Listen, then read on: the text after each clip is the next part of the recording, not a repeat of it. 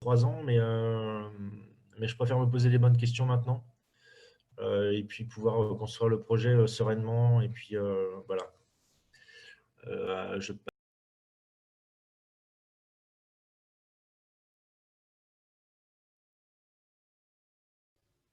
On n'a pas entendu à qui tu passais la balle, donc peut-être Cathy, tu peux te présenter? Alors, bonjour, Cathy, cofondatrice et facilitatrice du collectif Audace en Lot-et-Garonne qui porte 2 tiers-lieux, un en zone urbaine et un en zone rurale. Voilà, je passe à Adrien. Oui, bonjour à tous. Donc rapidement, euh, voilà, ça vous devriez mieux m'entendre. Donc rapidement, moi j'ai rejoint un peu la communauté de compagnie de tiers-lieux autour de la contribution des ressources communes et donc plus particulièrement sur Movilab, le wiki des tiers-lieux. Voilà. Et je crois que tout le monde a parlé. Françoise, tu peux peut-être nous en dire un peu plus sur le projet? Oui, bien sûr, avec plaisir. On existe depuis un an sur un site patrimonial, une friche patrimoniale à Arles, et on est plutôt dans une ambition citoyenne, pas sur un mode extrêmement business, ce qui nous est un peu reproché. Et on n'a pas de salariés, on est sur une équipe pluridisciplinaire qui est à la fois bénévole et en mécénat de compétences. On a eu un tout petit peu d'accompagnement de l'agglo sur l'ancienne mandature, et là, on recommence tout à zéro avec de nouveaux élus et on aimerait pouvoir faire du lien avec ce qui existe. On est plutôt en veille sur Facebook, sur Internet, enfin voilà, sur ce qui se passe un peu sur les réseaux des tiers-lieux. Et puis en recherche de financement, comme tout le monde, pour faire fonctionner le site. Rien de très original, je dirais.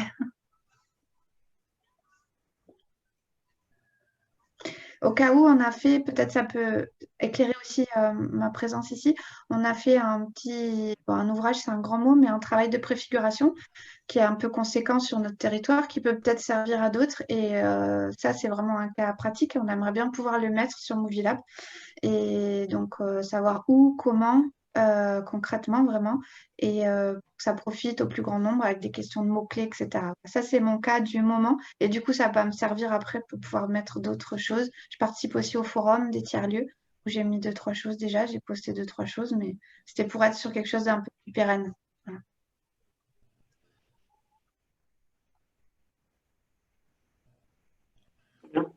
Il y avait quelqu'un qui avait essayé de nous rejoindre, mais qui est reparti. Dommage.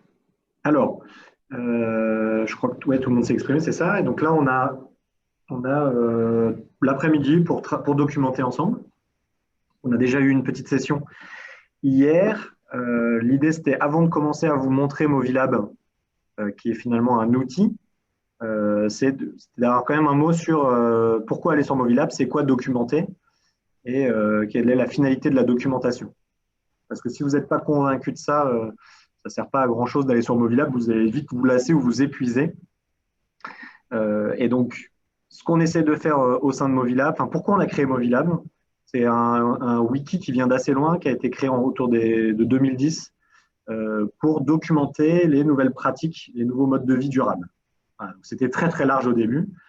C'est un collectif de personnes dont je ne faisais pas partie qui s'est dit que toutes les personnes qui étaient en train d'inventer une nouvelle façon de vivre pour participer à la transition écologique, sociale, etc., ces personnes-là, en fait, faisaient ça de leur côté, avec très peu de moyens, avec pas mal d'obstacles, de difficultés, et qu'en fait, la documentation devait leur permettre de se retrouver, de se reconnaître, de se fédérer, de s'aider, etc. Donc l'idée, c'était de créer un espace dans lequel des collectifs qui essaient de vivre de manière différente pouvaient expliquer ce qu'ils testaient, raconter comment ils le faisaient, et ils allaient pouvoir se connecter avec les autres. Donc c'est l'objectif de movilab.org et c'est l'objectif de la documentation. Documenter, c'est quoi? Documenter, en fait, c'est mettre en accès le code source, la colonne vertébrale invisible de ce que vous êtes en train de faire. C'est ça, documenter, c'est vraiment Pour prendre un exemple, alors, la documentation, elle est par exemple très, très effective dans le milieu du logiciel. Dans le milieu du logiciel ouvert, open source, les développeurs, ceux qui créent des logiciels, vont à côté du logiciel documenter ce qu'ils ont fait. Et la documentation, pourquoi ils l'écrivent? Pour que d'autres développeurs puissent comprendre le logiciel et les aider. Et donc finalement, vous devez faire l'analogie avec vos projets. Vous devez dire, OK, mon projet par exemple de permaculture sur 1 hectare à tel endroit, on le fait à 4-5, je peux le filmer, je peux le prendre en photo. Donc là, on va voir ce qui se passe. Mais en fait, vous avez beau le filmer ou le prendre en photo, ça ne va pas expliquer ce que vous êtes en train de faire. Ça ne va pas expliquer votre code source. Donc les autres, ils ne vont pas pouvoir faire pareil ou pouvoir venir se greffer dans votre dynamique parce qu'ils vous voient, ils comprennent certaines choses. Il y a plein de choses qu'ils ne comprennent pas. Donc c'est difficile d'aider ou de dupliquer. Donc posez-vous la question, comment je peux écrire le code source de ce qu'on est en train de faire? Comment je peux expliquer ce qu'on est en train de faire? Pourquoi on le fait? Comment on le fait?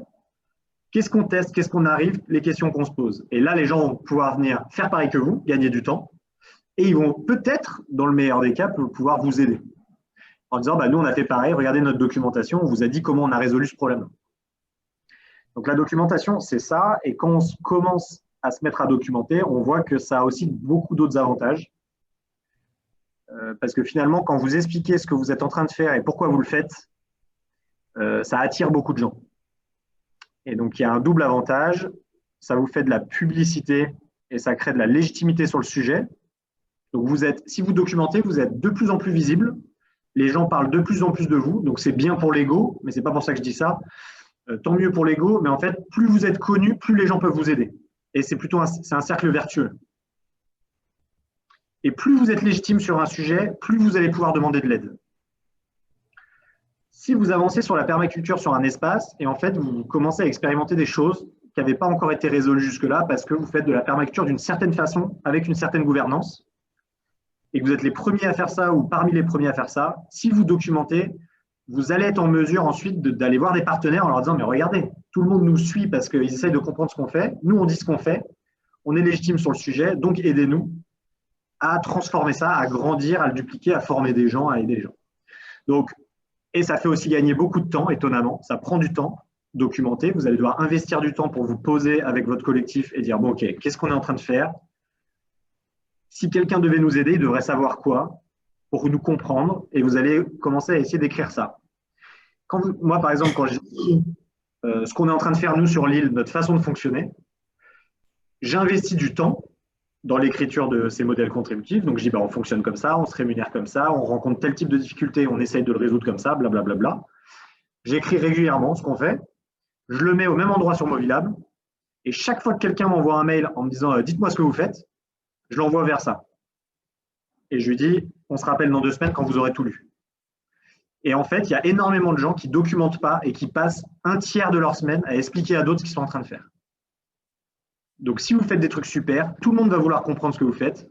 Donc, si vous ne voulez pas passer trop de temps à réexpliquer tout le temps la même chose, écrivez-le une bonne fois pour toutes, bien dit à un endroit, et dites aux personnes, écoutez, c'est super que vous vouliez faire comme moi, j'ai tout écrit ici, donc vous lisez ça et après on discute. Parce qu'il faut quand même être sympa et accompagner après les gens. Ce n'est pas parce qu'ils lisent que c'est fini. Mais au moins, vous aurez gagné 2 demi-journées d'explication et vous pourrez rentrer dans des sujets vachement plus subtils, vachement plus intéressants pour vous aussi. Donc, moi, je gagne énormément de temps. Je vais vous montrer cette page que j'ai faite sur les modèles contributifs. Je l'ai déjà montré hier. Mais cette page-là, par exemple, pour vraiment vous montrer. Alors, celle-ci, voilà. Donc, vous voyez, cette page-là, je l'ai créée très récemment. Les modèles contributifs, on donne des exemples, donc des articles de blog qui ont été écrits récemment, mais qui n'étaient pas centralisés à un endroit, une présentation qui date d'il y a 3 ans, un article qui date d'il y a 4 ans, et ces 6 articles-là que j'ai écrits récemment par rapport à plein de choses qui étaient un peu dispatchées à droite à gauche. Et donc là, quelqu'un qui veut comprendre comment la compagnie des tiers-lieux fonctionne, si elle lit tout ça, elle a déjà gagné pas mal de temps. Elle n'aura pas tout compris, mais elle aura acquis beaucoup de concepts. Donc aujourd'hui, le fait d'avoir, j'ai dû prendre peut-être 4 demi-journées pour écrire ça, par exemple. Ça a dû me prendre 2 jours en tout. Mais j'ai tellement renvoyé des gens vers ça, plutôt que de devoir tout leur expliquer, que je pense que j'ai gagné 10 jours depuis un mois d'explication. Donc moi, j'ai l'impression d'avoir gagné un temps formidable à écrire ça. Donc il ne faut pas trop raisonner en perte de temps sèche. Il faut se dire qu'ensuite, il y a des gens, vous allez renvoyer des gens vers votre documentation et ça va vous faire gagner du temps. Voilà l'idée. Et donc, le but de cet après-midi, c'est de rentrer dans le dur. Donc, on va pouvoir commencer à documenter. Donc, Amandine et Steve étaient là hier. Donc, ils vont poursuivre leur documentation. Jérôme et Françoise, on peut repartir de zéro. Et ensuite, on va essayer de vous rattraper, Amandine et Steve. Amandine et Steve, pour l'instant, ce que je vous propose, c'est d'écrire vos questions un peu techniques dans le chat. Comme ça, je vous réponds plutôt dans le chat et on n'a pas obligé de faire 2 salles. Ou alors, Adrien, je t'envoie dans une salle avec Amandine et Steve, comme tu le sens. On reste ensemble, on est petit groupe, donc on parle là-dessus. Ouais, je pense qu'il vaut mieux qu'ils restent ici, vu que c'est pas du tout dit que j'ai les réponses à leurs questions. Ok, ça marche. Bon, on commence comme ça, on voit si ça fonctionne. Donc, Jérôme et Françoise, je vais vous montrer. Alors déjà, est-ce que vous avez envie de documenter cet après-midi? C'est bien ça le but, de commencer à vous référencer sur Movilab. Ouais, on peut essayer, oui. On va essayer. Donc, ce que je vais faire, c'est Je ne sais pas encore si je vais mettre dedans, donc je ne sais pas. Ouais, je suis partant. je vous montre comment on fait et je vais vous montrer les premières étapes de base. De toute façon, quoi qu'il arrive, ça peut être intéressant de faire ça.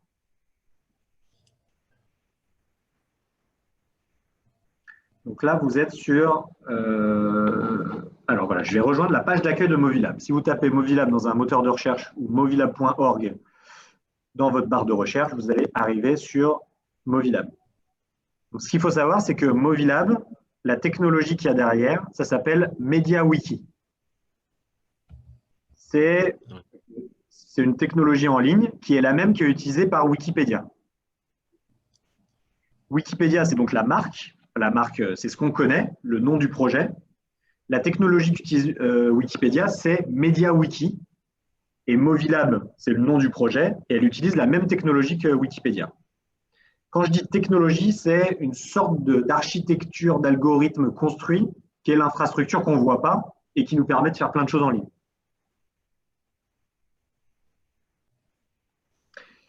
Voilà, donc ça utilise la technologie MediaWiki. Quel est l'intérêt de cette technologie? Pourquoi on utilise ça? C'est en fait la force de Wikipédia, c'est que tout le monde peut contribuer. Alors, facilement, ça veut dire qu'il n'y a pas besoin de validation. Moins facilement parce qu'il faut savoir un tout petit peu faire. Mais ce n'est pas si compliqué que ça. Et c'est le gros avantage. Tout le monde peut créer de la connaissance. Tout le monde peut modifier la connaissance que les autres ont créée. Et tout le monde peut créer des liens entre les connaissances. Et c'est la force de cette technologie-là. Donc, Movilab est une grande bibliothèque qui s'améliore de jour en jour, qui n'est pas très bien rangée, avec des livres qui sont à peine commencés, mais au moins tout le monde peut l'améliorer. Donc ça, c'est la page d'accueil, je vous laisserai voir. Ce que vous pouvez savoir, mais là c'est plus par curiosité pour quand même pas partir de zéro. Dans Movilab, il y a plusieurs sortes de pages. Donc il y a plusieurs sortes de connaissances. Je vais vous les montrer ici, ce sera plus facile. Hop. Pour trouver les différentes sortes de connaissances qu'on peut trouver dans Movilab, vous pouvez aller voir dans Créer une ressource, qui est ici. Hop, je vous montre. Et donc ici, on a plusieurs éléments. Le premier, vous pouvez créer un document. Donc en fait, vous téléchargez un document sur Movilab et vous le mettez à disposition de tout le monde. Et donc vous allez voir sur Movilab, il y a plein de documents très intéressants, très utiles, très inspirants, qui vont de une cartographie des tiers-lieux en 2018 en Pays de la Loire. Donc ça, c'est plutôt fixe, stabilisé, et peut-être que dans 4 ans, on la supprimera. Et il y a aussi beaucoup de guides, de modèles, d'exemples, de statuts, de beaux commerciaux, de trucs comme ça qui peuvent vous faire gagner beaucoup de temps si vous cherchez un modèle de document. Des statuts d'association, de tiers-lieux, des choses comme ça. Donc si vous vous dites, j'ai écrit un super guide pour faire de la permaculture à plusieurs, avec des gens qui ne se croisent pas tout le temps, on a fait un petit guide pour nos utilisateurs, ça peut peut-être servir à d'autres. Hop, je télécharge le document doc ou PDF. C'est plus sympa doc puisqu'on pourra le modifier, mais je le télécharge ici. Donc ça, c'est une sorte de page, les fichiers. Ça peut être des supports de présentation aussi. Vous pouvez trouver pas mal de supports de formation sur les communs, sur les tiers-lieux, des choses comme ça. Si vous téléchargez ici, alors ça, je vais le dire tout de suite, quand vous téléchargez quelque chose sur Movilab, vérifiez bien qu'il y ait une licence ouverte dessus. Parce que vu que vous le rendez public, si vous partagez un document que quelqu'un vous a donné qui est privé, bon, c'est pas très grave, mais légalement, c'est illégal. Voilà. Donc à vous de voir le rapport que vous avez à la légalité, mais c'est pas très bien pour Movilab parce que s'il y a beaucoup de documents propriétaires, ça montre qu'on ne sait pas très bien gérer la loi, quoi. Voilà, donc faites attention. Et si c'est votre document, n'oubliez pas de mettre une licence CC by SA pour dire que le document est ouvert à tous. Est-ce que Françoise et Jérôme, vous connaissez les licences Creative Commons et les licences ouvertes? Oui, complètement. Ouais. OK. Alors, première page, fichier. Deuxième page, tiers-lieu. Donc là, vous ajoutez votre tiers-lieu. Si vous n'avez pas encore de mur, mais vous avez un projet, vous pouvez aussi le créer. Même si votre projet ou votre tiers-lieu va changer de nom, évoluer, etc., vous pouvez poser une première brique, une base, en disant, bah voilà, on n'a pas vraiment de nom, mais on a un projet, on est plutôt sur tel territoire, il y a telle personne qui bosse dessus, et on commence déjà à documenter ce qu'on fait, les questions qu'on se pose. Si un jour, vous avez un local, vous avez un nouveau nom, etc., vous pourrez renommer votre page. Et donc, vous aurez une page comme si c'était votre tiers-lieu définitif. Mais par contre, dans l'historique, on verra bien que vous êtes parti d'autre chose. Et c'est intéressant. Donc, moi, je vous invite tout de suite à créer votre page tiers-lieu, même si vous en êtes qu'à l'état de projet. Bon, après, à vous de voir si vous êtes confort avec ça ou pas. Troisième sorte de page, les communs. Donc ça, ce n'est pas des fichiers, c'est des projets collectifs de ressources pour répondre à des défis des tiers-lieux. Et donc, par exemple, il y a un des communs, c'est la cartographie des tiers-lieux. Un outil partagé, mutualisé. Oui, Françoise. Oui, désolée, juste une question. Je t'ai mis dans le chat, mais ça doit être compliqué d'être à 3 trucs à la fois. Sur la page juste des tiers-lieux, qui peut contribuer? Est-ce que c'est comme Superlocal, c'est-à-dire que n'importe qui peut venir rajouter des infos? Oui. C'est un outil, tout le monde peut modifier ta page. Okay. Si c'est toi qui l'as créé, a priori, il y a une petite case qui se met automatiquement qui dit que tu vas suivre cette page. Donc, si quelqu'un la modifie, tu reçois un mail. Si la modification elle est frauduleuse ou aberrante, tu n'es pas d'accord, tu annules la modification et tu contactes la personne en disant « Attends, je ne comprends pas ce que tu as fait. Ta modification, je l'ai tout de suite enlevée parce que je trouve ça pas normal d'écrire ça, mais elle est dans le MediaWiki. Donc, on en discute. Si tu me convaincs, je la remets. » Voilà, mais ça fonctionne comme ça. Tout le monde peut participer. Il y a certaines pages assez spéciales sur lesquelles vous ne pouvez pas tout faire parce que c'est des droits d'administration. Par exemple, vous ne pouvez pas supprimer de page. Moi, je suis administrateur, je peux supprimer une page. Mais comme je l'ai dit, nous, on préfère que si vous changez d'avis, de renommer une page, ça va faire le lien directement, etc. OK, événements, ça, je crois que ça ne fonctionne pas encore. Défis, c'est ce dont on parlait ce matin. Les défis des tiers-lieux, vous n'avez pas de réponse, pas d'idées, enfin quelques idées, mais pas de réponse à des solutions. Par contre, vous avez un problème que vous avez bien identifié. Et dans ce cas-là, vous créez un défi et vous essayez de l'envoyer à des acteurs en disant bah, « Rejoins mon défi, viens, on essaie de réfléchir ensemble sur cette page Movilab, défi ». Défi, le synonyme, c'est challenge, gros problème qu'on n'arrive pas à résoudre, des choses comme ça. Je vous laisserai voir les natures de page, je vous laisserai vous balader. Et la dernière nature de page, forcément, c'est tout ce qui n'est pas tout ça. Donc, c'est une page blanche, traitement de texte classique. Voilà, donc ça, c'est toutes les sortes de pages que vous pouvez trouver. On en rajoutera peut-être un de ces jours, on verra. Ça, on peut modifier, quoi. Ça dépend des wikis. Voilà, voilà. Donc, alors, on continue quand même un peu le tour de curiosité pour vous faire gagner du temps. Mais je vous invite de toute façon, si la ressource vous intéresse, à vous balader dedans. Hein. C'est une jungle, c'est une bibliothèque. Vous flânez. Quand vous avez un quart d'heure, vous flânez, vous allez tomber sur des trucs super rigolos. Des trucs de 2010 complètement dingues. Donc, moi, je me marre tout le temps à me balader là-dessus, à cliquer de lien en lien, de rentrer dans les arcanes de Movilab. Je vous invite à le faire. Moi, j'adore. Ce que je peux vous montrer, quelque chose d'assez pratique, c'est l'explorateur de documents que vous pouvez trouver ici. Voir tous les documents sur Movilab. Simon Sarrazin, qui s'occupe du côté technique de Movilab, a ajouté cette petite fonction MediaWiki qui est une recherche de documents. Donc là, vous voyez, on cherche dans les documents, mais vous pourriez chercher dans les tiers-lieux ou les communs. Ça marche pour… En fait, voilà, donc je cherche un tiers-lieu dont le thème est gouvernance. Est-ce que… Voilà, il y a un tiers-lieu qui s'est référencé sur la gouvernance. Bon, les tiers-lieux n'ont pas forcément compris qu'il fallait mettre des mots-clés. Donc, ça marche surtout pour les documents. Alors, voilà, là, j'ai tous les documents. Ensuite, je vais mettre des tags pour trouver ce que je cherche. Est-ce que je cherche un modèle, un guide? Est-ce que je veux en savoir plus sur la comptabilité? Vous voyez, vous avez plein de mots-clés. Par exemple, culture tiers-lieu, je cherche des documents inspirants. Ah ben, il n'y a pas de documents qui sont référencés sur culture tiers-lieu. Ça, c'est assez étonnant. Là, vous avez les types de documents. Qu'est-ce qu'il y a d'autre? Les filtres. Est-ce que les filtres fonctionnent? Je ne crois pas, ça. Donc, ça, c'est en amélioration encore. Il y a une communauté qui travaille régulièrement. Ce qu'il faut savoir, c'est que Movilab était en sommeil pendant plusieurs années et on a relancé une dynamique avec quelques copains de la compagnie de tiers-lieu en février de cette année. Donc, la mayonnaise, elle reprend tranquillement et on essaie de l'améliorer. Il y a déjà beaucoup d'efforts qui ont été faits. Mais il y a encore plein de choses à améliorer.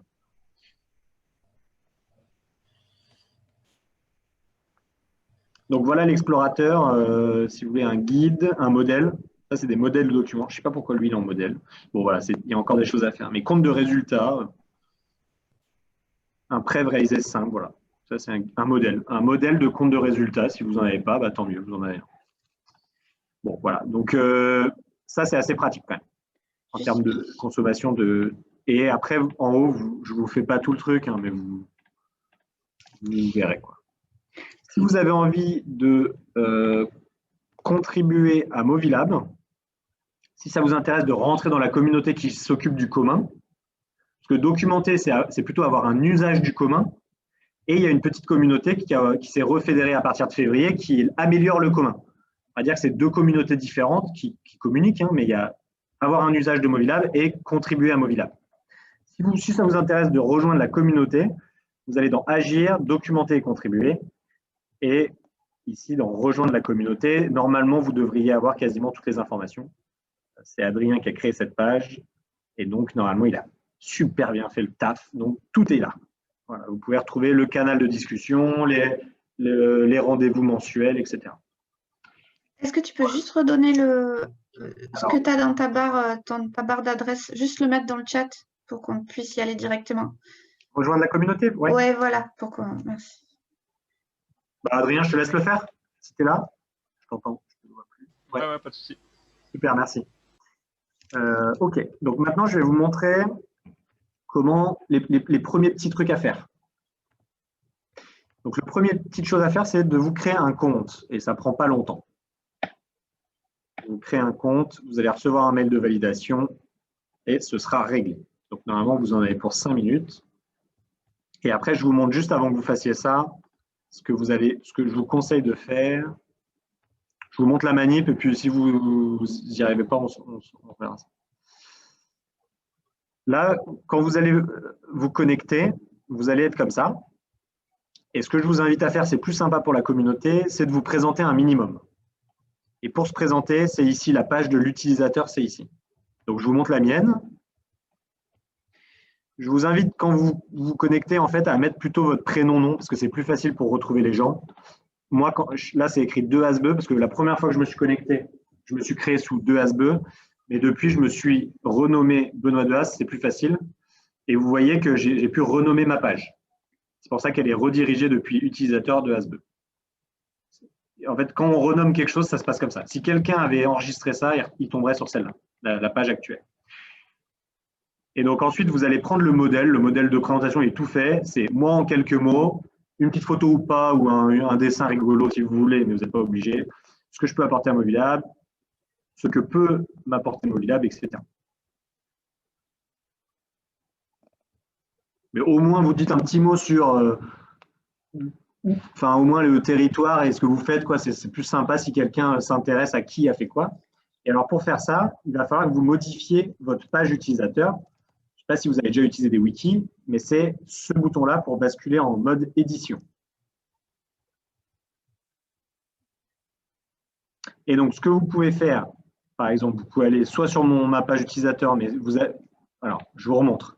Documenter et contribuer. De toute façon, vous avez le lien maintenant. Ce que vous pouvez faire, plutôt que de tout réécrire, vous copiez-coller ça. Si vous copiez-collez tout ça, vous allez copier l'image aussi, comme ça, vous n'aurez pas besoin de bidouiller. Donc là, j'ai fait CTRL-C, j'ai copié, je vais dans ma page. Donc vous n'aurez rien. Donc vous allez, peut-être qu'il y aura même un grand carré blanc dans laquelle vous faites, normalement, si vous faites CTRL-V, bon, là, il y a juste les titres. Donc, si vous voulez ajouter une image, il ne faut pas faire ce que je viens de faire. Je vais essayer de vous remontrer. Alors, je vais vous montrer comment embarquer l'image aussi. Voilà. Si en fait, bon, ça ne marche pas très bien comme ça. Si vous voulez embarquer l'image et pas avoir à refaire, vous modifiez cette page. En fait, là, je suis en mode, je lis la page. Je suis en mode consultation. Dans un wiki, il y a 3 modes. Il y a le mode consultation, donc consommation d'informations. Il y a le mode édition classique, donc on va dire édition accessible. Dès que j'ai cliqué sur le petit pinceau, je peux modifier n'importe quelle page avec une interface de modification assez simple, assez normale. Et donc là, vu que je suis en mode modification, je peux faire copier-coller comme ça. Vous voyez, j'avais indiqué des petits commentaires qu'on ne voit pas dans la page. Et ensuite, normalement, si je retourne, là j'ai fait CTRL-C, si je retourne sur ma page et que je bascule aussi en modification, normalement, si tout va bien, magie.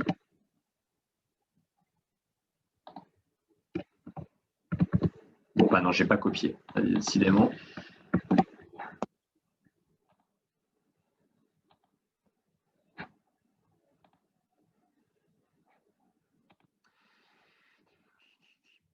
Je pense que je n'ai pas copié parce que normalement, ça fonctionne comme ça. Si je fais hop. C'est étonnant.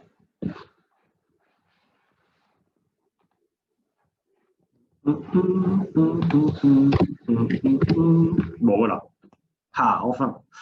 Bon, vous pouvez supprimer le commentaire si vous n'en avez pas besoin.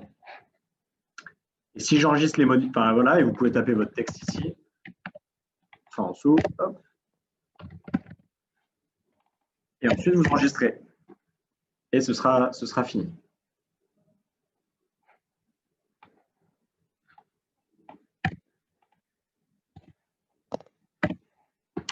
Voilà. Je vous laisse. On se retrouve dans 10 minutes. Pour que vous puissiez créer votre compte tranquillement.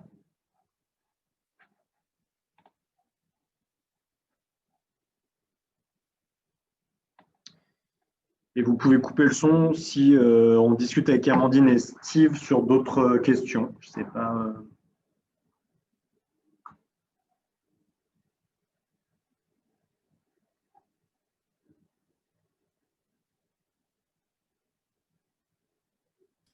Benoît? Ouais. J'ai une petite question enfin, pour modifier, si tu veux, la page du tiers-lieu. On peut mettre qu'une seule photo, en fait. Tu peux mettre qu'une photo tu peux mettre qu'une photo de couverture. D'accord. Et comment Par je fais contre, après? dans ta documentation, tu peux mettre des photos. Et c'est dans texte libre que je mets ça ou... C'est ça, ouais. En fait, ce qu'il faut voir, c'est que le formulaire, c'est vraiment juste le standard. C'est la vignette, quoi. Même si ça a l'air grand quand on l'édite, mais c'est parce qu'il faut rentrer plein de data. Ouais. Mais après, ta page, elle est en dessous, quoi. Ok. Et donc ça, après, du coup, quand je fais une modif, parce que là, je suis juste dans le texte. Est-ce que tu arrives à télécharger une image ou tu veux que je te montre comment on la met en forme dans la page? Ah bah c'est bon, insérer média. Non, c'est bon. J'ai trouvé. J'avais pas vu. J'avais pas vu. Super. Bon, vous n'hésitez pas, je vais aller me chercher un café sinon. Amandine, ça va? Tu as retrouvé ta page? Le moteur de recherche n'est pas optimum encore. Donc, si moi, parfois, je perds des pages parce que je ne sais plus comment j'avais formulé mon titre. C'est sûr que tu viens quand même avec le matériel. En fait, je l'avais juste pas enregistré, donc j'ai recommencé. Mais c'est bon. Bon, tant mieux, c'est bien. Bon, à tout de suite. Comme ça. Dans 5 minutes. l'ami que toi tu es avec.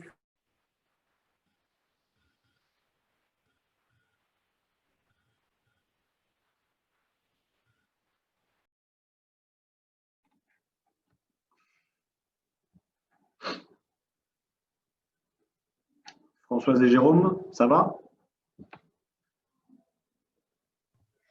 Oui, je cherche l'inspiration. Mais, ça Oui, va. je suis en train d'écrire mon profil en fait. Ok, non, mais vous me dites quand vous voulez que je vous montre un peu les étapes de base suivantes. Ok. Et après, vous le ferez ou vous le ferez pas, mais je peux vous montrer deux, trois trucs pour pas que vous soyez trop surpris.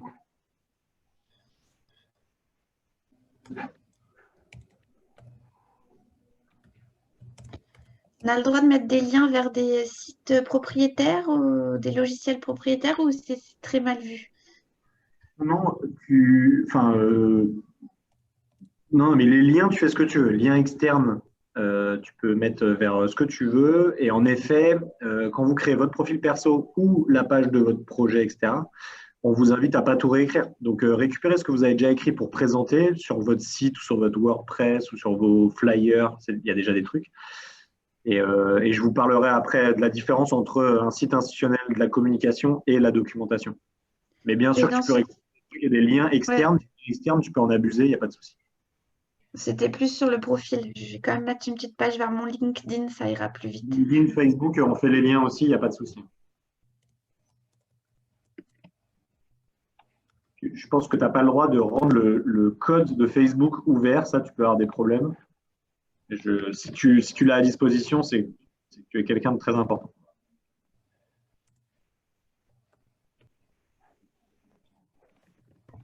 Pour insérer une photo, moi, il ne m'a pas copié la photo, il m'a juste copié les textes. Est-ce qu'on fait insérer média ou ça peut marcher? Euh, je vais essayer de te montrer. Hop. Donc, est-ce que toi, sur ta page, tu as une photo disponible? Est-ce que toi, tu as déjà ce petit encart ou pas du tout? Non. Ok, donc imaginons que je n'ai pas cet encart-là. Hop, je suis comme ça. Donc toi, tu es plutôt là. Ouais. Très bien. Alors, tu peux insérer une photo plutôt au niveau du premier titre. Donc, tu te positionnes ici. Et tu vas... Ah, c'est rigolo ça. Ah oui, c'est là. Il est là, il est là. Insérer média. Tu vas te retrouver comme ça. Et bizarrement, je ne sais pas pourquoi il va chercher ça. Donc toi, ta photo, elle n'est pas encore sur MediaWiki. Donc là, ce qui est rigolo pour information, hein, c'est qu'en fait, quand vous faites un MediaWiki, il a accès à toutes les images qui sont sur la Wikimedia Foundation. Et donc, quand vous voulez rendre une image accessible sur tous les médias wiki du monde, il faut plutôt la télécharger sur Wikimedia. Wikimedia, c'est ça. Il vaut mieux télécharger votre photo sur Wikimedia et ensuite elle est accessible partout. Et il vaut mieux faire ça en termes d'énergie, carbone, etc., plutôt que de la télécharger sur tous les médias wiki. Voilà. Mais bon, c'est une subtilité. C'est vraiment quand vous utilisez plein de Wikimedia. Et donc, vous, si vous êtes sur que Movilab, vous téléversez. Donc, tu télécharges ton fichier, donc ce que tu as envie de mettre, un dessin ou ta personne. Par exemple, si moi je mets autre chose, si je mets ça, si vous êtes en PNG, il gardera la transparence sur Movilab. Voilà. Si vous voulez un fond blanc, il vaut mieux mettre un JPEG. Je confirme que je suis l'auteur de ce truc-là, ce qui est totalement faux. Je suis un vilain garçon. Hop. Et je valide ça, si j'y arrive avec ce truc zoom. Ah oui, il faut décrire quand même, blablabla. Bla, bla, bla. Et j'enregistre. Quelque chose s'est mal passé. Ah bah zut, c'est des choses qui arrivent.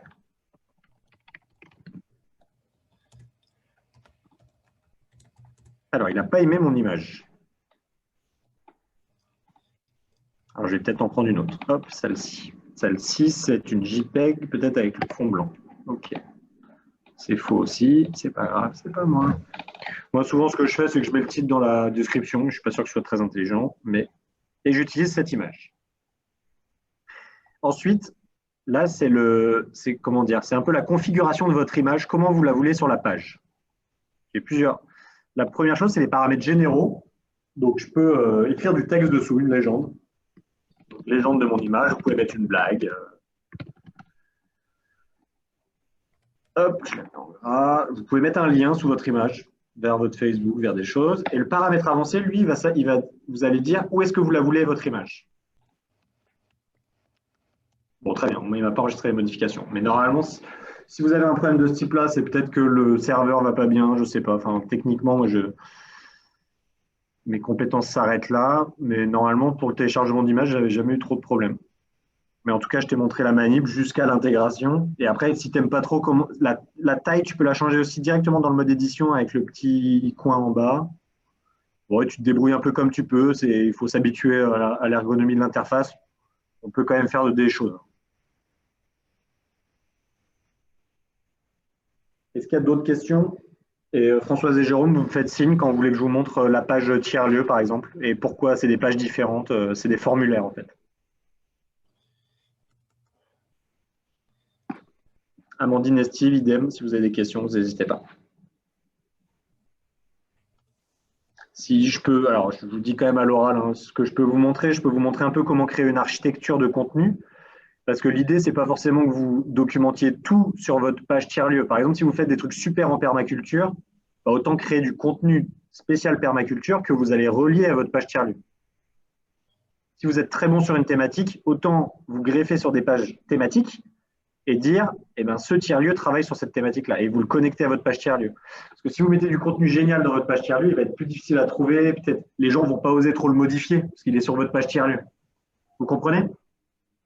Donc moi, je peux vous montrer, si à un moment ça vous intéresse, plutôt comment je crée mes architectures de contenu, etc.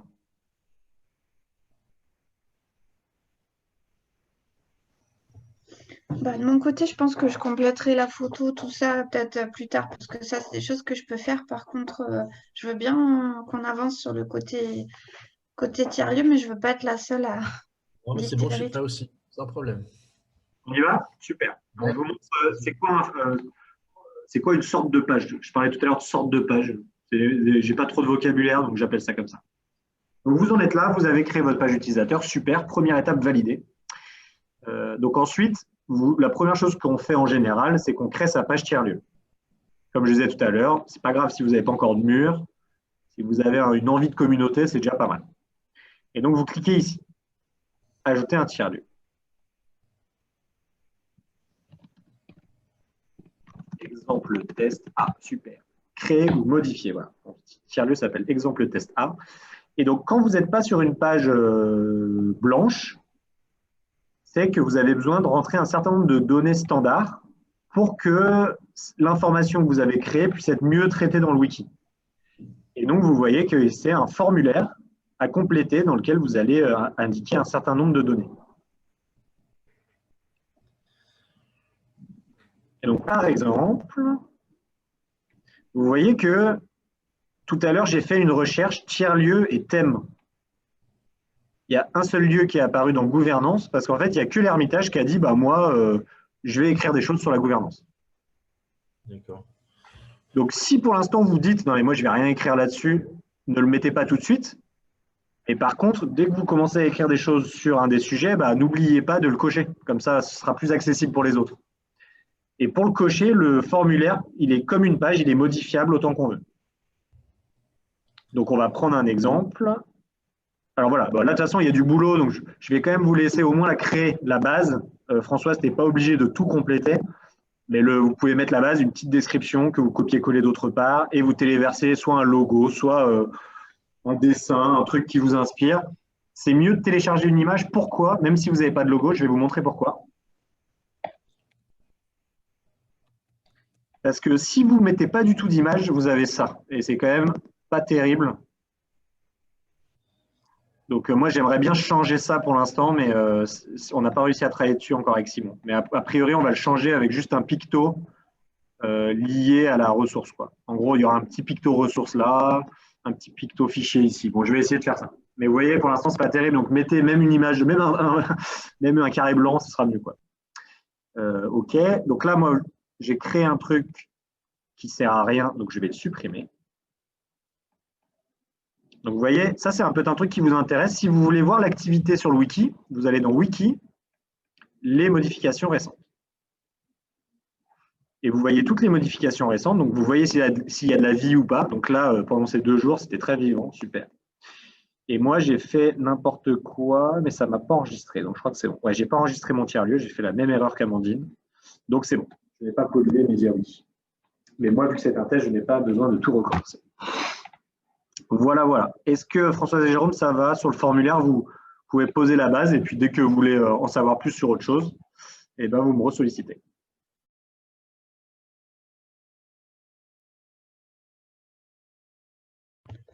C'est bon de mon côté?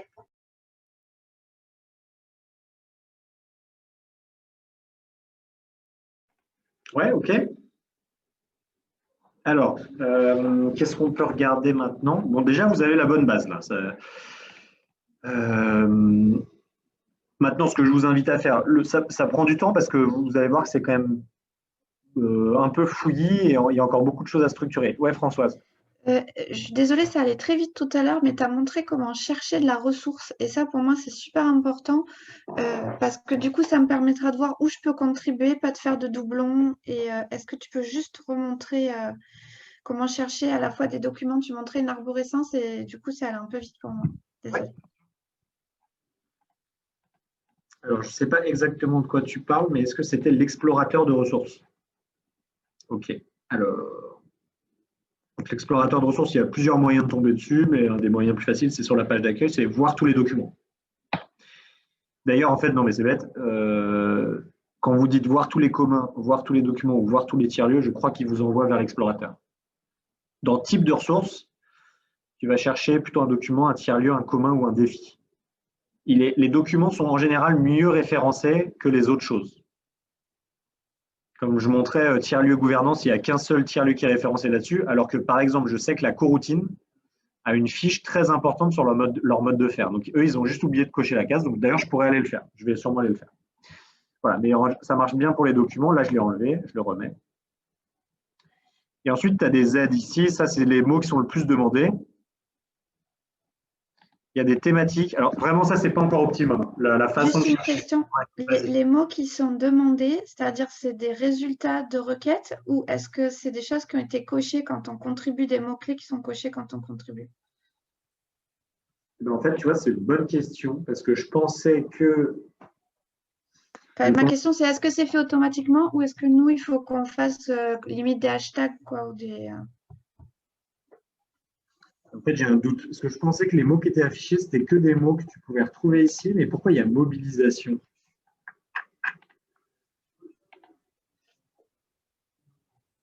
C'est étonnant. Alors, je ne comprends pas pourquoi il y a mobilisation, par exemple. On dirait que c'est des requêtes automatiques. Hein. Oui, mais attends, je vais regarder pourquoi. Parce que, par exemple, on va regarder dans cette fiche comment elle est construite. Et alors, pourquoi il y a mobilisation? C'est ici, mots-clés, OK. Voilà. En fait, il y a des mots-clés qui ont été ajoutés qui ne sont pas pré-référencés. Alors, pourquoi c'est ceux-là qui t'affichent en premier ici? Là, en fait, je ne sais pas. Je ne sais pas si c'est les plus cliqués, mais ça m'étonnerait que les gens demandent mobilisation comme tag. Mais par contre, pourquoi les tags, tu vois, on ne peut pas encore les demander, je crois. Parce que là, c'est pas fait pour ça. Je vais regarder, mais je ne pense pas. Non, il n'y a pas. Trier, les derniers modifiés, non. Alors, est-ce que j'arrive à trouver des tags? Voilà, tu me poses une colle. Alors, document. Thème, non. Maturité, non. Module, non. Type de document, non. Donc, tu vois, en fait, les tags, ils te les proposent là, mais toi-même, tu ne peux pas les chercher, ce qui est assez étonnant. Mais par contre, si tu mets, je ne sais pas, imaginons qu'on mette document mobilisation, on va voir si ça marche. Non, ça ne marche pas très bien non plus. Voilà, donc un bon exemple de recherche qui n'est pas optimum à améliorer. Est-ce que tu voulais que je te montre autre chose?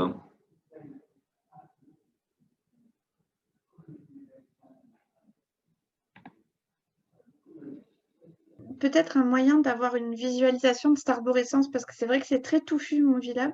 Alors, c'est bien de se perdre. Moi, j'y ai appris plein de choses en me perdant. C'était chouette.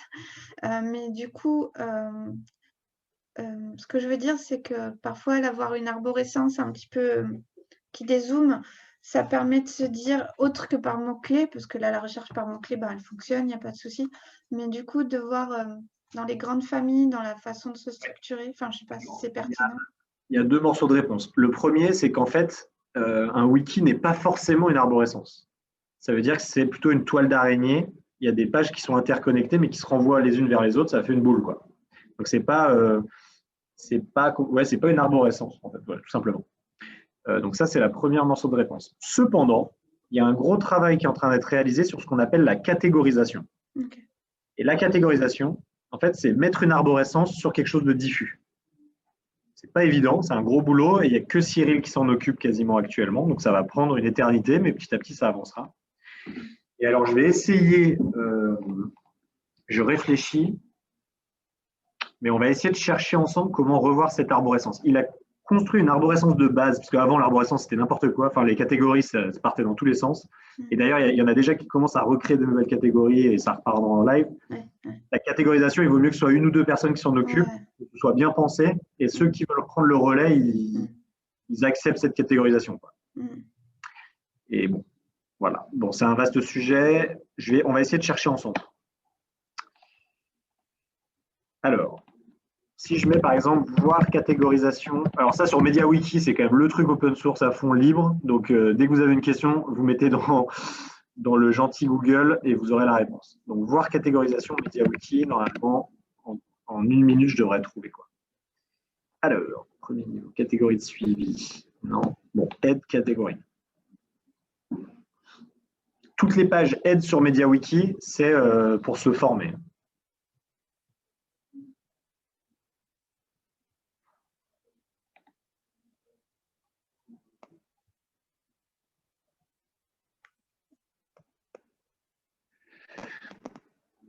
Alors, tac, tac, tac.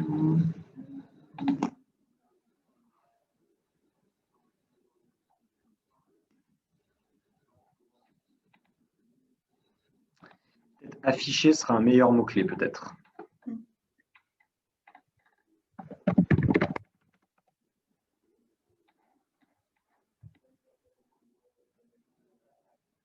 On va aller voir dans catégorisation.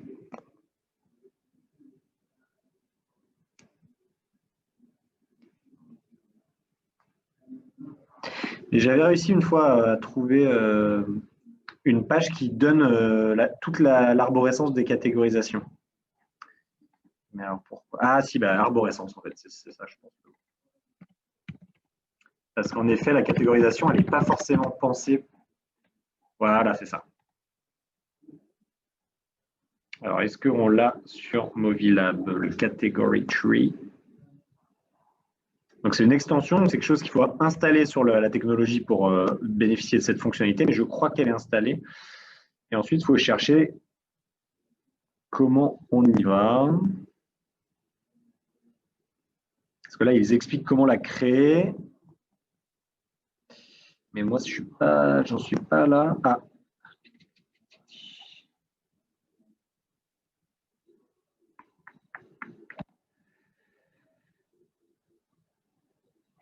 Je vais essayer ça. On va voir si ça marche.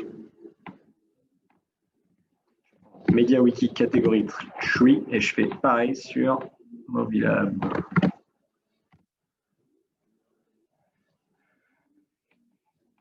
Je suis quasiment sûr que c'est ça.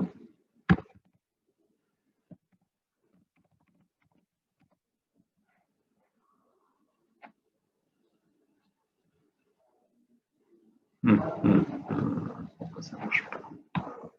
En fait, ma question, c'est vraiment si on cherche quelque chose, l'entrée, elle est par mots-clés, c'est ça, simplement, entre guillemets, simplement, ce qui est déjà beaucoup, hein, mais c'est-à-dire en effet, si on cherche quelque chose, c'est plutôt si c'est bon, en fait, j'ai trouvé, je me rappelle. On va chercher comme ça. Catégorie accueil, c'est dans les MediaWiki la catégorie de plus haut niveau de ce wiki. Donc, tout ce qui est rangé dans ce wiki devrait appartenir à cette catégorisation-là. Et donc, ça a été pensé pour être le plus lisible possible. Donc, la catégorie accueil regroupe toutes les catégories. Les sous-catégories regroupent un certain nombre de sous-catégories, etc. Et donc, si vous cherchez un tiers-lieu, vous pouvez très bien chercher en catégorie. Tiers-lieu par gouvernance, tiers-lieu par localisation, tiers-lieu par type. Coworking, fabrique de territoire, pouvoir citoyen. Donc j'imagine que ça génère automatiquement une cartographie des tiers-lieux avec ceux qui sont inscrits du coup. Puisqu'on rentre notre adresse. Alors oui, je crois qu'il y a quelque chose qui est automatisé dans ce sens-là. Par contre, Ce que j'ai vu par localisation là. oui, mais je ne suis pas sûr que ça la génère automatiquement parce que, par exemple, il y a des tiers-lieux en France, là, ils n'ont pas été rangés, par exemple, les tiers-lieux. D'accord. En tout cas, bon, à terme, la catégorie, elle permettra d'avoir une autre forme de navigation, mais aujourd'hui, elle le permet assez peu. Ok. Et en fait, quand on a récupéré Movilab en février, la catégorisation, c'était la folie. Enfin, il y avait tout et n'importe quoi. Et donc, Cyril, ce qui s'est occupé, c'est de dire, OK, j'analyse toutes les pages, j'essaie d'être exhaustif, je recrée une catégorisation. Et ensuite, l'idée, c'est de pouvoir faire une recherche, par exemple, multi-catégorie, en fait. Donc, d'avoir une recherche qui serait, si j'ai rangé un tiers-lieu, par exemple, la coroutine en Hauts-de-France, et j'ai dit qu'il était autogéré, j'ai pas besoin de créer une catégorie Hauts-de-France autogérée. Voilà. Normalement, je peux faire une recherche directe en disant 2 critères et il va me. 2 tags. Exactement. Oui, parce que nous, on est sur Piwigo. Je ne sais pas si vous connaissez, c'est un logiciel de gestion d'images parce qu'on a un vrai souci parce que ça pèse très lourd en fait dans la documentation, les images. La vidéo aussi, mais rien que les images, n'importe qui prend une photo par téléphone. Et donc, on a un serveur dédié et on a notre admin qui nous a installé Piwigo. Il faut avoir un serveur. Hein. Et bon, c'est pas tout le monde, je veux dire, c'est pas voilà. Et c'est intéressant parce que c'est du libre et il y a ce système de tag. Alors évidemment, il y a de toute façon un rangement par arborescence, mais en plus, on a un système de tag, ce qui fait qu'on peut classer les photos selon différentes entrées. Et après, il faut être très rigoureux. C'est comme toute la documentation. Il faut des tags qui sont déjà définis en amont avec une analyse des besoins. Enfin, truc classique sur la. Mais c'était ça ma question, en fait. C'était sur les recherches. Ok, merci. Normalement, si on améliore le moteur de recherche, avec les mots-clés, ça suffit pour la plupart des usages. Et pour les personnes qui ont une approche plus structurante, structurée, la catégorisation, à terme, devrait pouvoir aider.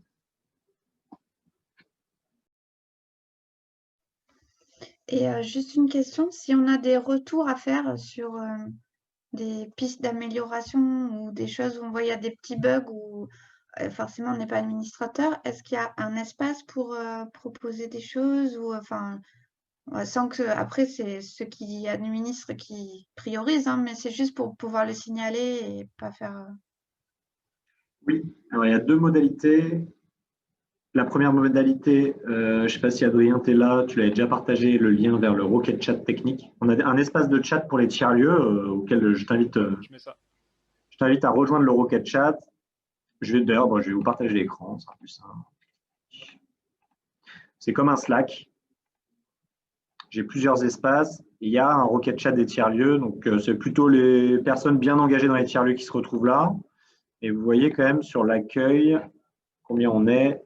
Pas super nombreux, mais donc l'accueil, il n'y en a que 19. C'est peut-être général où il y a plus de monde. Là, il y a 100 personnes déjà. Bon. Et en gros, ce Rocket Chat, il a été créé principalement lors de la relance de Movilab. Donc, vous voyez que dans les canaux, il y en a plein de Movilab. Et donc là, la question que tu posais, en général, aujourd'hui, il n'y a que Simon Sarrazin qui peut vraiment intervenir. Ce n'est pas le seul, mais c'est le seul qui le fait. Et donc, on dépose dans Movilab Technique. Donc là, je te montre. Hein. Moi, en fait, voilà, j'ai eu des problèmes. Je dépose ça. Je dépose mes problèmes, quoi. Et ça fait un peu, finalement, ce channel de chat, il fait office de to-do list technique, quoi. Bon, c'est pas si mal. Ça marche pas trop mal. Et après, l'autre truc, c'est qu'on a eu énormément de gens qui nous ont fait des retours d'usage, dont Adrien, qui ont passé une demi-heure sur Movilab à se balader, à tout noter, quoi, toutes les difficultés, etc. Et il y avait le projet de tout centraliser ça sur un pad partagé. Et je ne crois pas que ça a été encore fait. Donc, je vous partage quand même ce pad-là que je viens de vous montrer, qui est le document central.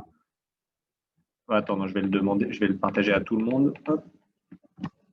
Et le pad de relance de Movilab. Donc, c'est un peu la gare centrale de tout ce qu'on a fait sur le Movilab depuis février, si ça vous amuse, de comprendre un peu ce qui s'est passé. Il y a beaucoup de liens vers l'ingénierie de contribution qu'on a faite, etc.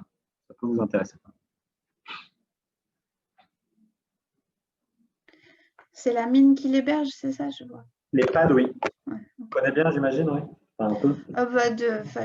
On avait prévu d'aller les voir, mais cette année, c'est un peu compliqué de se déplacer, donc ça a été annulé 2 fois.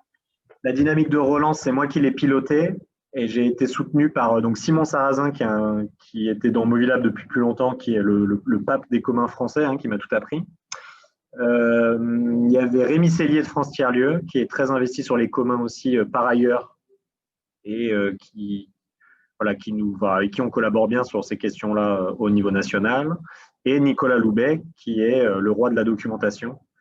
Et donc qui nous a mis à disposition cette architecture de documentation.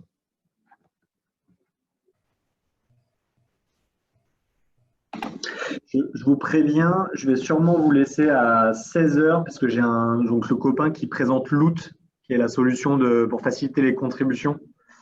Et on a déjà beaucoup parlé, mais j'aimerais bien voir comment il la présente pour que je puisse la présenter ensuite à mon tour. Donc après, je pense que là, vous disposez quand même de pas mal d'outils pour commencer à faire plein de choses. Donc on a encore 45 minutes, on a le temps, mais c'était pour vous prévenir, quoi. Si vous avez des questions, vraiment n'hésitez pas, je suis là pour ça. Ce que je peux vous dire, c'est qu'on se retrouve tous les premiers lundis du mois. Donc si vous avez envie de documenter, si vous connaissez des gens autour de vous qui ont envie de commencer à documenter, d'être formés un peu comme ce qu'on vient de faire, c'est les premiers lundis du mois. Le problème, c'est qu'en fonction de qui anime, on ne va pas se retrouver au même endroit, parce que chacun a ses réflexes.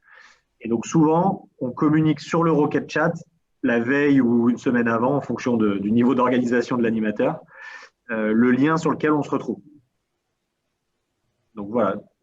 Moi, j'invite la documentation, vu que c'est compliqué, il vaut mieux caler des temps dans l'agenda. Et donc, le premier lundi du mois, je trouve que c'est une bonne temporalité.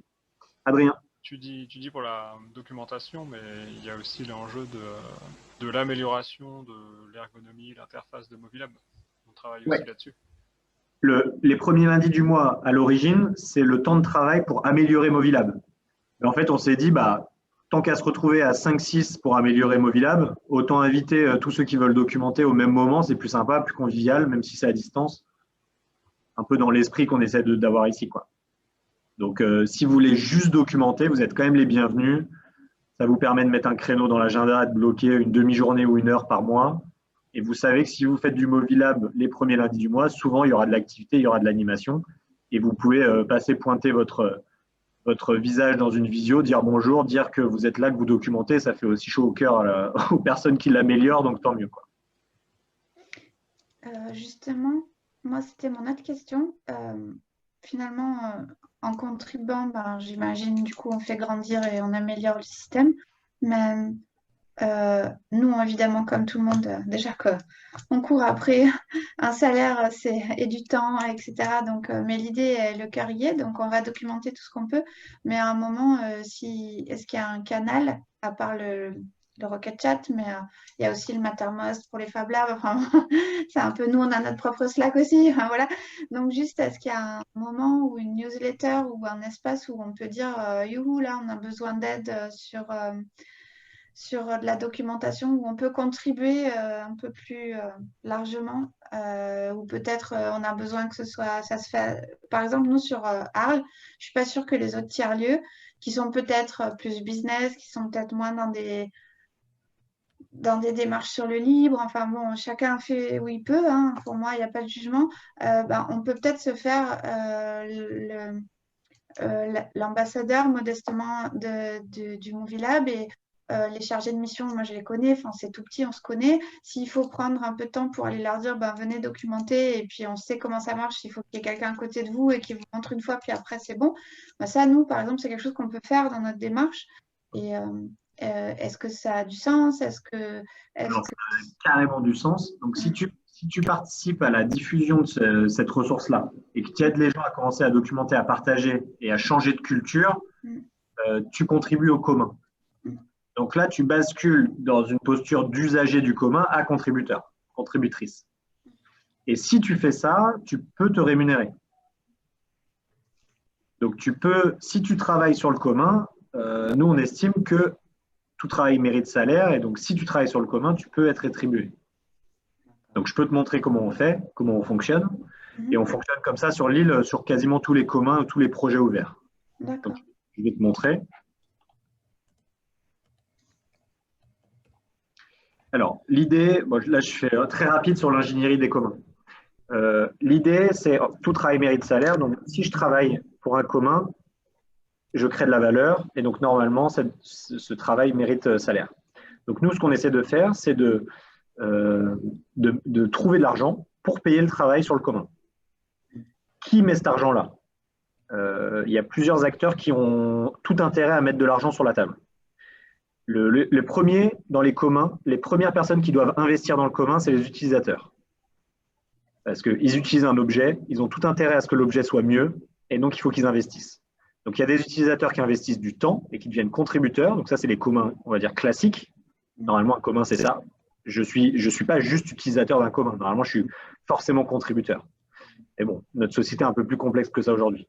Mais je suis utilisateur, donc je peux mettre de l'argent si j'ai pas de temps, mais si j'ai de l'argent. Je peux mettre un peu d'argent, un peu de temps si j'ai les deux. Et je peux mettre que du temps si j'ai pas d'argent, mais si j'ai du temps. Les utilisateurs.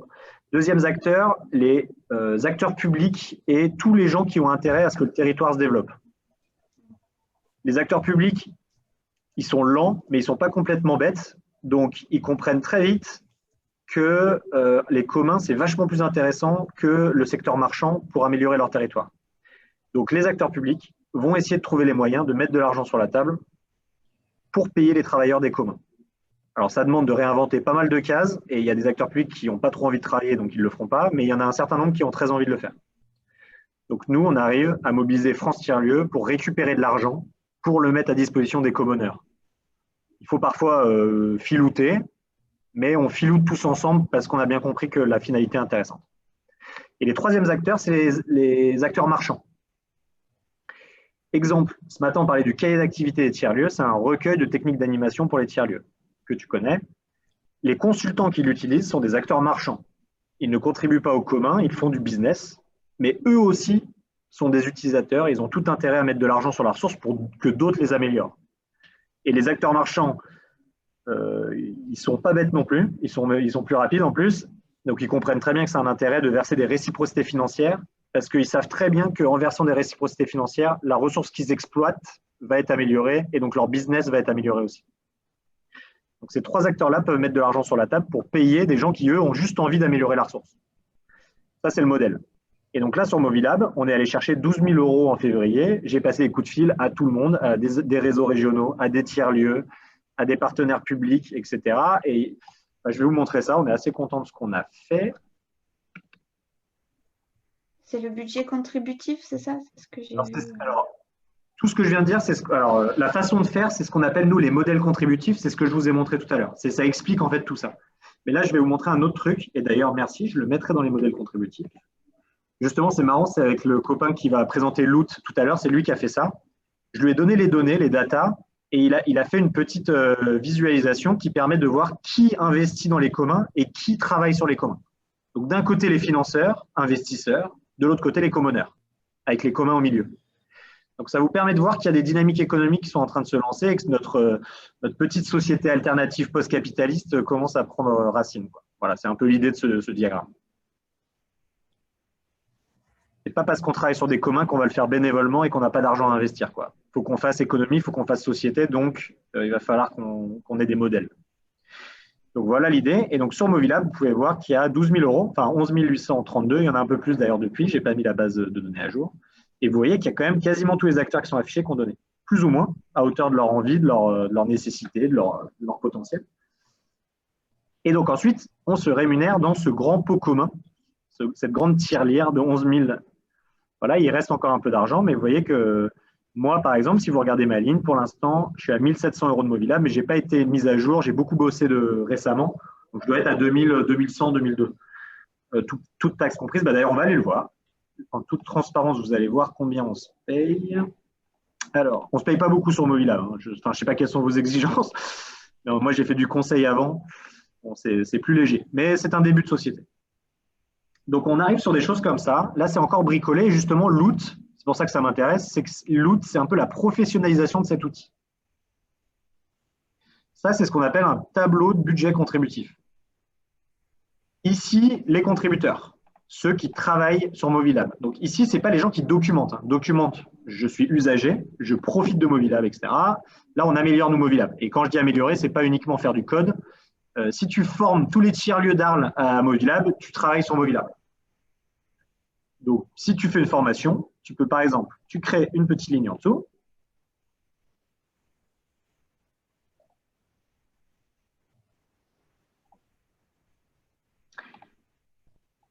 Alors ça, c'est pas normal. J'aime pas trop bien ça quand même. Bon, il faut faire attention parce qu'il y a quand même quelques petits calculs, je vérifierai. Bon, je vais annuler ce que j'ai fait et je vais essayer de m'en occuper après. Donc, tu t'ajoutes ici. Et en fait, ici, il y a un calendrier. Donc, bon, là, je pourrais masquer tout ça, mais vous pouvez voir ce qui a été fait depuis, vous voyez, la relance. Et donc là, le 3 février, on a fait une réunion. Et donc, j'ai fait une réunion de préparation du cofinancement. J'ai passé un coup de fil à Saint-Omer pour leur dire de donner de l'argent, ce qu'ils n'ont pas fait d'ailleurs, la station A de Saint-Omer, je tiens à le dire. Ils ne m'ont pas répondu alors qu'ils devaient me répondre. Et d'ailleurs, ça ne s'écrit pas comme ça. J'espère qu'ils verront cet enregistrement. Et donc, j'ai bossé un peu. Donc, j'ai demandé 45 €. Ça correspond à peu près à 1h30 de travail à cette époque-là. On est à 30 € TTC de l'heure. Donc, voilà, vous n'êtes pas sur, c'est pas Capgemini ici, mais ça pourrait augmenter en fonction des besoins. L'idée de la co-rémunération, c'est que vous choisissez combien vous voulez être payé. Donc, si quelqu'un arrive et dit, bah non, mais moi, quand je travaille à l'heure, je suis tellement important et tellement fort que c'est 200 € de l'heure. Pourquoi pas? Il peut ici écrire 200 €. Enfin, c'est pas sympa, c'est sur la liste de quelqu'un d'autre. Mais vous pouvez très bien, c'est un document accessible. Là, on est le 6 novembre. Donc, c'est la semaine du 2. La semaine du 2 novembre, moi, j'ai animé 3 ateliers pour Movilab en tant que contributeur à Movilab. Je n'ai pas, à part de l'ego et de la joie, parce que vous êtes très sympa, je n'ai pas tiré un grand usage de tout ça. Donc, j'ai travaillé combien? Ça fait quoi ça? 2-3 heures, 5, 6, allez, 6-7 heures. Franchement, c'était vachement bien, mais bon, quand même, il faut que je me paye un peu. Voilà. Allez, un truc simple, 200 €. Insérer remarque. En plus, non, mais je vais me payer plus.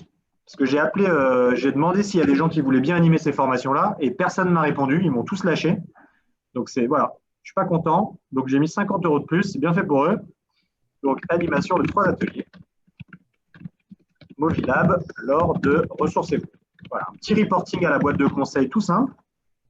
Et c'est bon, j'ai augmenté ma cagnotte. J'ai donc gagné 2480 € TTC sur Movilab depuis le 3 février. En bleu, vous voyez ce que je me suis déjà versé. Et donc, il me reste à me verser ça. Bon, voilà. Vous voyez à peu près l'idée, l'esprit, quoi. Alors, comment ça se passe? Ici, ce qui est intéressant, c'est les personnes qui ne sont pas encore dans un statut où ils veulent se verser de l'argent. Pour plusieurs raisons. Mélissa, par exemple, elle est salariée de la coopérative d'Aquitaine. Quand Mélissa, elle travaille sur Movilab, parce qu'elle a fait pas mal depuis début février, 24 heures de travail, elle le fait au titre de sa mission de coopérative. C'est dealer avec sa structure ou pas d'ailleurs, hein, c'est à vous de voir, hein, mais vous pouvez dire non, mais, bon, ma structure n'est pas au courant, mais je le fais au titre, ou alors, bah non, mais ma structure est au courant et je le fais au titre. Dans ce cas-là, vous êtes contributeur ou contributrice rémunéré, mais indirectement. Dans ce cas-là, vous déclarez du temps. Parce que il faut qu'on sache que Mélissa, elle a passé 24 heures parce que c'est de la valeur qu'elle a mis dans Movilab. Et donc ça, il faut qu'on le sache pour pouvoir présenter Movilab aux partenaires. Florian Rony, pareil, lui, il a fait 3 heures, il est passé une fois, bah, il s'est dit, je ne vais pas me faire une facture pour 3 heures, mais je le déclare. Et Adrien, qui est parmi nous, a commencé à taffer. Donc là, il ajoutera sur cette semaine du 2 novembre beaucoup plus que 2 heures parce qu'il aura passé plus de temps avec ça. Donc, voilà en gros l'idée. Si vous ne vous rémunérez pas directement, vous mettez votre nom ici pour déclarer vos heures. Et on est bien en contribution, hein, pas en documentation. Et si vous voulez de l'argent, quitte même pas à vous le verser tout de suite, vous commencez à le mettre ici tout de suite. Et je vous dis, Simon et moi, enfin c'est Simon en fait qui se paye assez peu 30 € de l'heure. Moi, je me suis basé sur lui parce qu'il n'y avait pas un gros budget. Pour l'instant, ça semble être une bonne base, un bon guide. Vous payez moins si vous culpabilisez, si vous êtes en formation. Vous vous payez plus si vous avez besoin de plus, et puis voilà, basta. Ensuite, comment ça se passe? Ça, c'est une déclaration. Donc, ça veut dire que ça ne fait pas contrat. Hein. Ce n'est pas parce que j'écris 2000 ici que c'est bon, quoi. Ça, c'est une déclaration.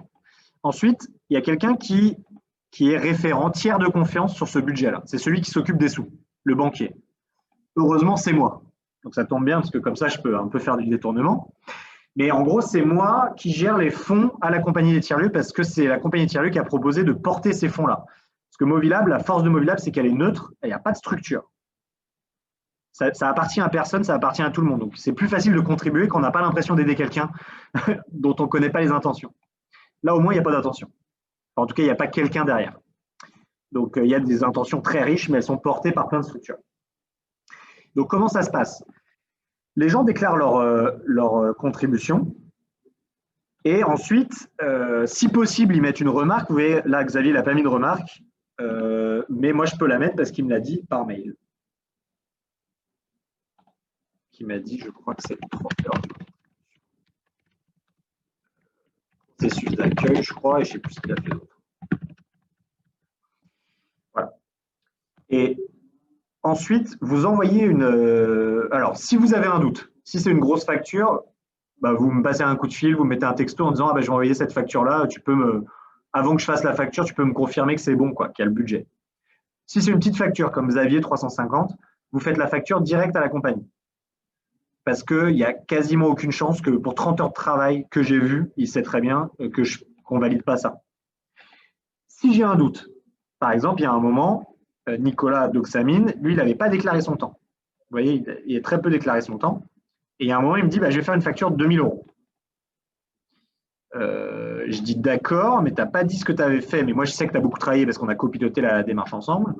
Mais on a discuté un peu. J'aurais pu demander au collectif si c'était bon, parce que c'est une grosse facture tout de suite. Mais en fait, s'il l'avait déclaré petit à petit, il aurait été aussi là-dessus. Ça peut être, par exemple, si quelqu'un qu'on ne connaît pas très bien, on ne l'a pas trop vu, il débarque. Par exemple, Françoise, si je dis à personne que toi, ça t'intéresse de développer Movilab, tu mets ton nom ici. Et là, tu te lances, tu es déchaîné, tu fais 6 jours de formation, paf, direct, sans nous demander, parce que tant mieux, parce qu'il faut prendre des initiatives. Et après, tu mets, bah, moi, à la journée, c'est 1200 TTC. Et tu mets une petite facture de 7002, quoi, tranquille. Bon, c'est parti. OK, waouh. Bon, il n'y a plus assez de budget.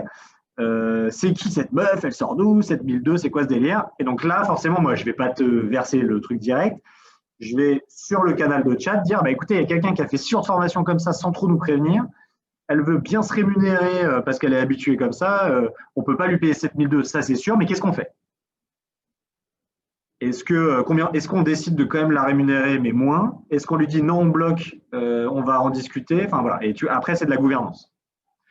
Aujourd'hui, il n'y a jamais eu de blocage. Parce que le problème aujourd'hui, c'est que les gens ne déclarent pas leur temps ou ils ne se payent pas assez. Je veux dire, s'il y avait plus de consultants dans le milieu des communs, ok, ça coûterait un peu plus cher, mais ça ne ferait pas de mal.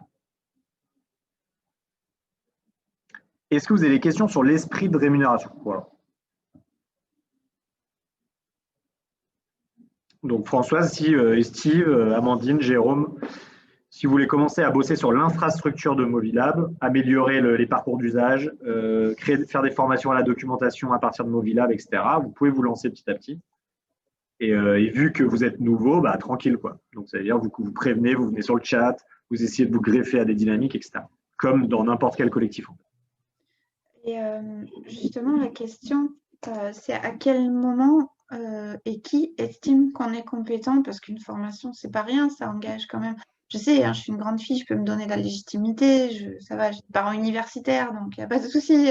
Je vois ce que c'est un peu un référentiel pédagogique, mais justement, dans le domaine des communs, on le sait, c'est un petit peu le hiatus parfois. Et du coup, à quel moment on estime qu'on est compétent? J'en ai peut-être parlé. Nous, ce qu'on aime bien dire, c'est confiance a priori, régulation a posteriori. Donc, si quelqu'un dit « je fais des formations », on lui fait confiance. Il est grand. S'il dit qu'il sait faire des formations, il n'y a pas de raison qu'il ne sache pas les faire. Et en plus, en général, s'il y a 100 personnes qui disent qu'ils sont compétents en formation, il y en a au moins 90 qui le sont. Donc, autant faire confiance, c'est beaucoup plus économe. Ensuite, pour les 10 qui restent, ils font de la formation, ils demandent à être rétribués pour le travail qu'ils ont fait, jusque-là c'est normal. Si personne nous dit que les formations se sont mal passées, il n'y a aucune raison qu'on bloque ce versement-là. Ils ont contribué à la ressource, etc. S'il y a des personnes qui nous disent que c'était n'importe quoi, dans ce cas-là, il y a régulation. Et après, dans nos collectifs, là, nous, ce qu'on essaie de développer en termes de commun, c'est, j'aime pas trop le mot bienveillance, mais en gros, quelqu'un fait 3 jours de formation, il fait n'importe quoi. On l'apprend, il demande à être payé, allez, un truc genre 1 500 €. Ok, donc on a une belle situation de délibération collective. Qu'est-ce qu'on fait? Est-ce qu'on le jette en pâture devant les 100 contributeurs de Movilab? Probablement pas. Donc en gros, déjà, on l'appelle, on dit, bon, il y a un souci, je bloque ta facture de 1 500 €, je ne te la verserai pas, j'aimerais qu'on en parle. Est-ce que tu veux en parler qu'avec moi ou est-ce que tu veux parler avec des tiers? Voilà, mais là, j'improvise, hein, ça n'arrivera pas, ça n'arrive jamais.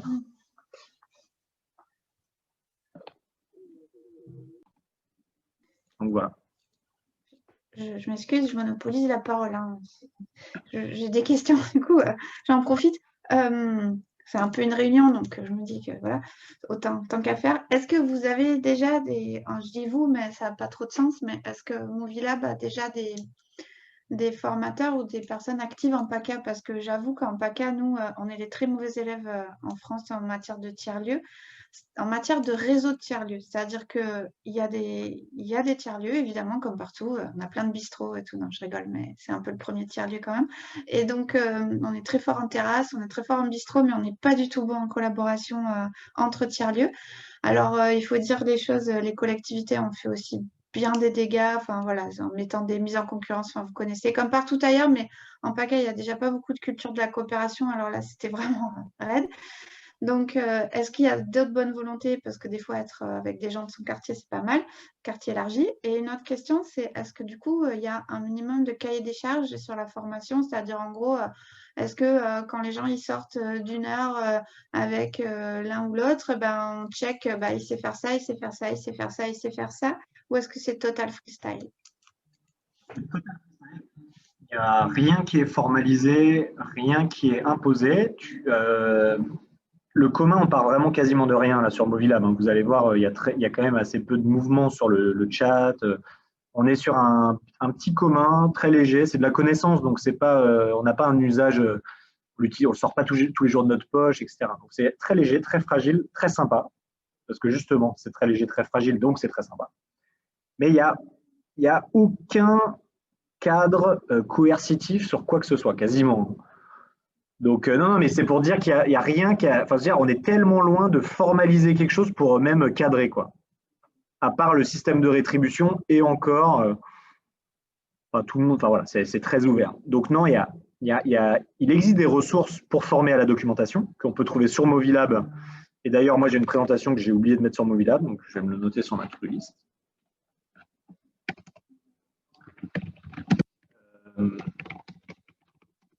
Il existe des supports, mais il n'y a pas de référence de référentiel de compétences, d'objectifs pédagogiques, de fiches d'évaluation d'une formation Movilab. D'ailleurs, il y a quasiment personne qui fait des formations Movilab, je pense. Alors, là-dessus, j'ai un petit pareil, je suis peut-être pas très sympa aujourd'hui, mais comment dire? Formateur, c'est un métier, quoi.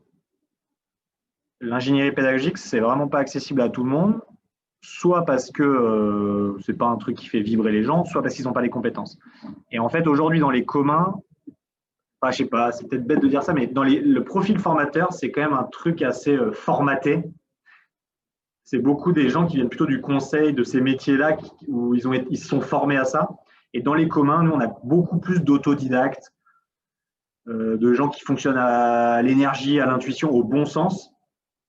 Et donc, dans les communs, je croise rarement la route de très bons formateurs, très bons médiateurs de contenu. Voilà, mais c'est peut-être bête de dire ça, et je te dis ça en impro, mais c'est pour dire que c'est pas toujours facile de se faire accompagner sur les communs. Et du coup, sur la région PACA, est-ce que… Alors, je t'ai mis un lien dans le Movilab et je crois que quelqu'un l'a modifié récemment. Donc, ça veut dire qu'il y a encore des gens vivants en PACA qui sont… Non, mais il y a Axel, il y a la fabulerie, tout ça. Enfin, moi, bien sûr, j'ai plein de contacts super, mais voilà. Non, mais, alors, regarde, ce que tu peux faire, je vais essayer… Alors, attends. Je vais te montrer comment on regarde qui est actif sur une page. Comme ça, tu peux retrouver tes copains, quoi. Ok. Oui. Alors, parce que si tu vas dans l'onglet modifications récentes, tu vas voir toutes les modifications. Si tu vas ici. Est-ce que tu vois mon écran? Ouais, c'est bon? Oui, ouais, c'est bon. Si tu vas ici, tu vas voir toutes les modifications. Donc la subtilité, si par exemple, tu arrives sur Movilab PACA, tu dis « Ah, trop bien, il y a Movilab PACA, il y a du contenu, c'est génial, etc. » Marianne de WeShare, Antoine Dufour, etc. Ça se trouve, ça a été écrit, d'ailleurs c'est quasiment sûr, en 2010. Bon, donc je ne sais pas où ils en sont, ces braves gens. Si tu veux voir s'il y a quelqu'un qui est passé ici récemment, tu vas dans « Outils de la page ». Ça, c'est un onglet intéressant qu'on ne voit pas très bien. Tout modifié, vous avez « Outils ». Il y a plein de trucs. Par exemple, la discussion, ça sert à commenter la page quand par exemple, tu n'es pas d'accord ou tu ne comprends pas quelque chose. Tu n'as pas envie de l'écrire sur la page, tu le mets en discussion. La personne qui a écrit la page reçoit un mail et il sait que quelqu'un a envie de l'interpeller là-dessus.